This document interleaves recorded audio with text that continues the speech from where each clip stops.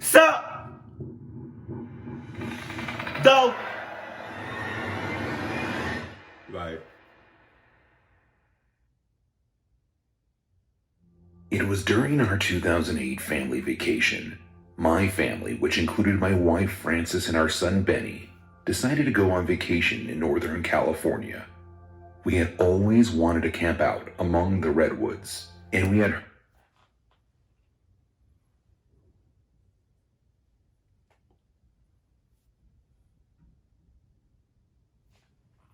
heard of a campground that Frances's family used to go to, so we thought it would be the perfect excursion. And at first it was. We were all having a blast, going on hikes and watching all the wildlife running around. Right. There were quite a few trails surrounding the cabins that we got to stay in, so we decided that every day we would go hiking down a different trail. That way, we could enjoy as much as we could during our 2-week stay. It was our 4th day in, and after 2 weeks, in the wood, in the wood, in the wood, in the wood, in the wood, in the wood, in the. Why he kicking it? Why he kicked that little pebble? Oh, go ahead. 2 weeks in the woods.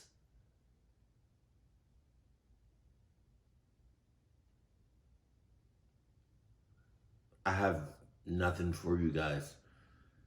You all are a Cluck family, and you all will forever be a Cluck family. eating some breakfast, we all got our backpacks and water bottles ready and decided to head down one of the greener trails. This one hadn't been as cleared off as other ones we had gone down in our earlier days at camp, but we weren't concerned. It was still clearly a path, and it hadn't seemed likely that we would lose it or get lost on it. We made our way down the trail as we gawked at the beautiful trees and flora along the trail. It was absolutely beautiful, at least until it was interrupted by something. As we walked, none of us were talking. We had just been enjoying the sounds and sights around us when all of a sudden we heard the sound of footsteps walking in the dirt behind us. I stopped and turned around to see My ass, you stopped. Nah, hell, nope. That's when everybody for themselves. Everybody for themselves. And you start hauling it. And everyone starts hauling ass in all kinds of directions. I'm talking about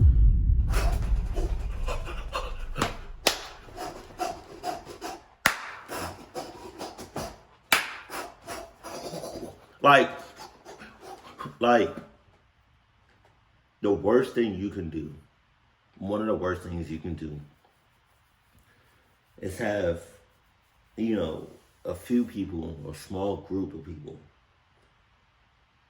running from something. You're all running in the same way, in the same direction. That's almost as bad as just standing there. who or what might have been following us, but I didn't see anything.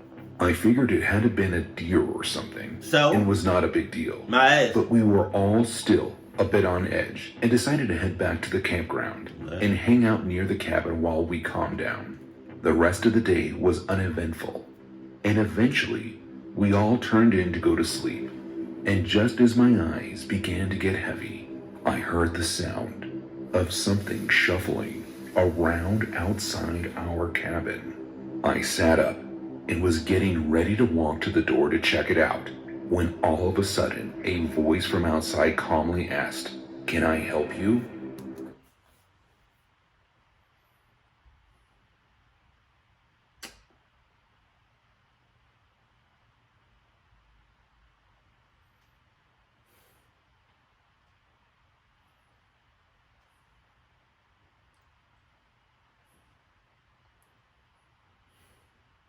What are the chances that everybody in that house, their little cabin joint, check the checklist?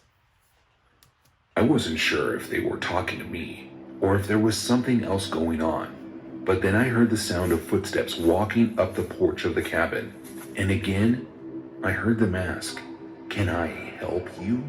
Only now, they were right on the other side of the door. Francis and Benny had both woken up this time. And Francis looked at me, wondering what was going on.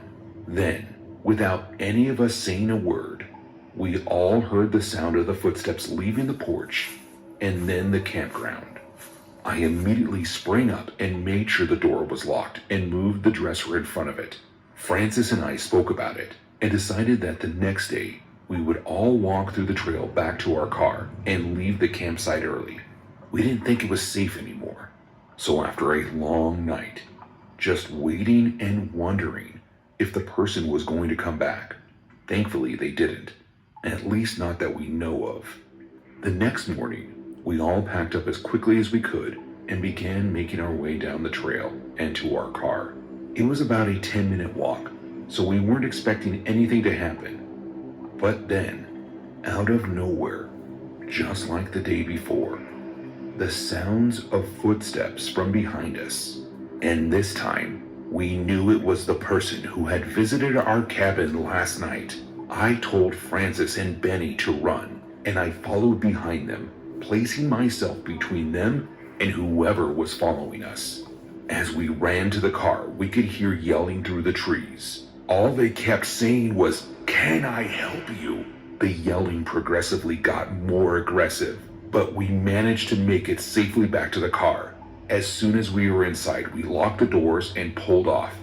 As we were leaving, all three of us saw a man wearing a torn up flannel and blue jeans walking out of the woods with a sinister grin on his face.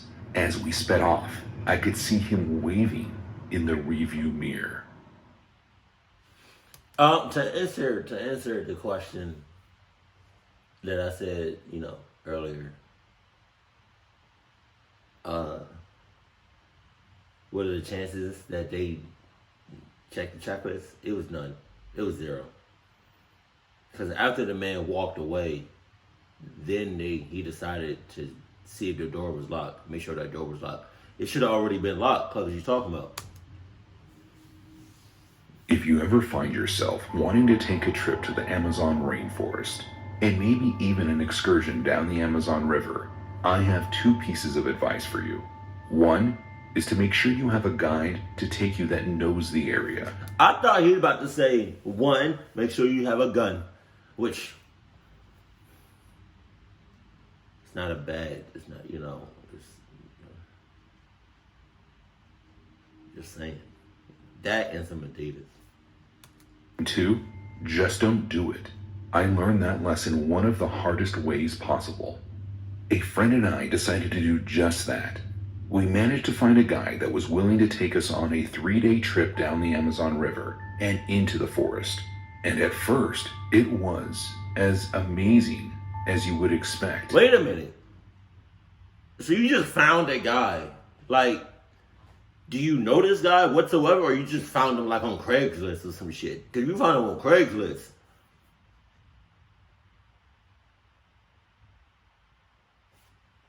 I mean, don't expect crystal clear waters at the Amazon, but the beauty was literally everywhere. In the animals, in the trees, it was great. The river itself was nice. It wasn't rapid or super fast. And for the most part, we just sort of drifted along for a while. Our guide spoke English, so it was easy to communicate. And he warned us of two things: don't go in the water and stay near the camp at night. Two things that we were aware of, but very happy to hear. However, we would never make it to a campsite. As we floated down the river, out of nowhere, our boat, which was just big enough to fit the three of us plus some gear, smashed into something.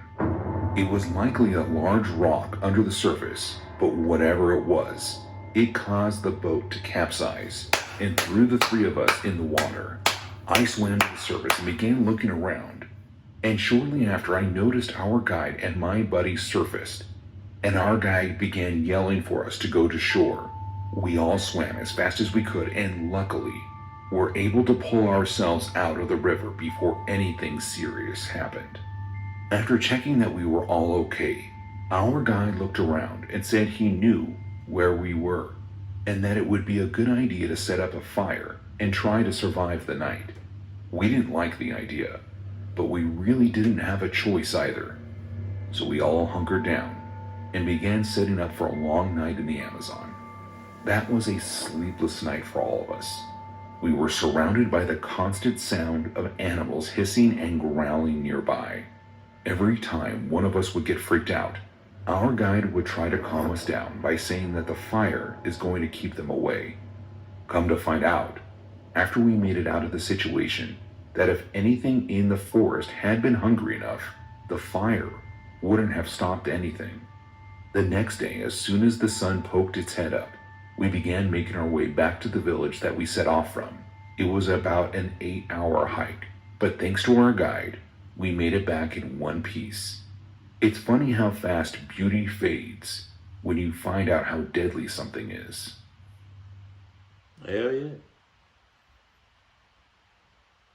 Have you ever wondered what it feels like to have 400 pounds of pressure per square inch pulling at the back of your leg? Hell no. It's not a pleasant feeling, and one that I hope I never experience again.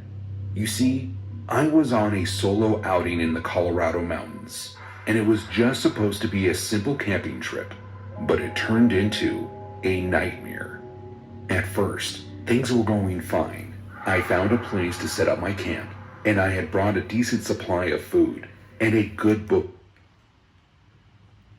Things are never fine when you just in the woods, in the forest. It's never fine. It's not. Especially if you're in a tent. To read. I was very happy with how the weekend was turning out. This was until nightfall. On the third night there, I was just about to turn in for the evening when I heard a low growl in the distance. The first thought that came through my head was that it was a mountain lion. Wow. My eyes began scanning the tree line and up in the trees, and sure enough, I froze when I saw the reflection of two big yellow eyes pointing right back at me. Woo! I decided that it would probably be smart to stay away of the cat and not go to sleep yet. So I kept fueling the fire and watched the glowing eyes as calmly as I could. My blood pressure would spike any time the eyes would disappear for a moment. Oh. But they would always show up again after a second, but in a slightly different spot. Oh, shit. The next day rolled in, and with it came the daylight. The cat didn't let me get a single ounce of sleep, and in the morning it was still watching me. I knew that it wasn't going to leave me alone, so my best bet was to pack up as calmly as possible and try to make it back to my car. The thing is, you aren't supposed to turn your back on a mountain lion, especially if you think it's stalking you. But I had to walk down the trail back to my car, so it was inevitable. Sure enough, as soon as I gave it a second, I heard the shuffling behind me, and all of a sudden my leg had this warm sensation running through it. The sensation was quickly followed by shooting pain as the mountain lion, who had gotten a good grip on my left calf, was pulling me backward to try to carry me into the woods with it. I did my best to fight, but there wasn't much I could do. Luckily, my screams alerted a nearby hiker who came sprinting down the trail, throwing rocks as he came up to us. The mountain lion ran off, thankfully, leaving me on the trail. The man carried me to the end of the trail and called an ambulance. At the end of the day, I needed 28 stitches in my calf, and I went through 14 months of physical therapy so that I could walk properly. The doctor who worked on me said that I was the second person in his career that he had seen after a mountain lion attack. Jesus. Man, nature's beautiful, but it's also dangerous as hell. Like, being out there in the woods, leave that for the wildlife.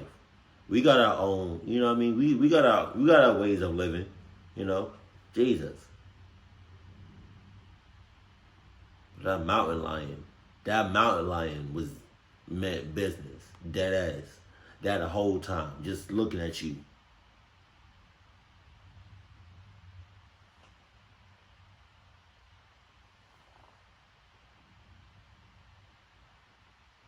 Like, this, when that little, what's the name, tipped over? Right here? When that joint tipped over, that scared her. When anything tips over in a big body of water, that scares the shit out of me. But if there's anything you want me to react to, leave that in the comment section below. But as always, keep it cool, keep it classy, and I love you. Stay happy. Bye, family.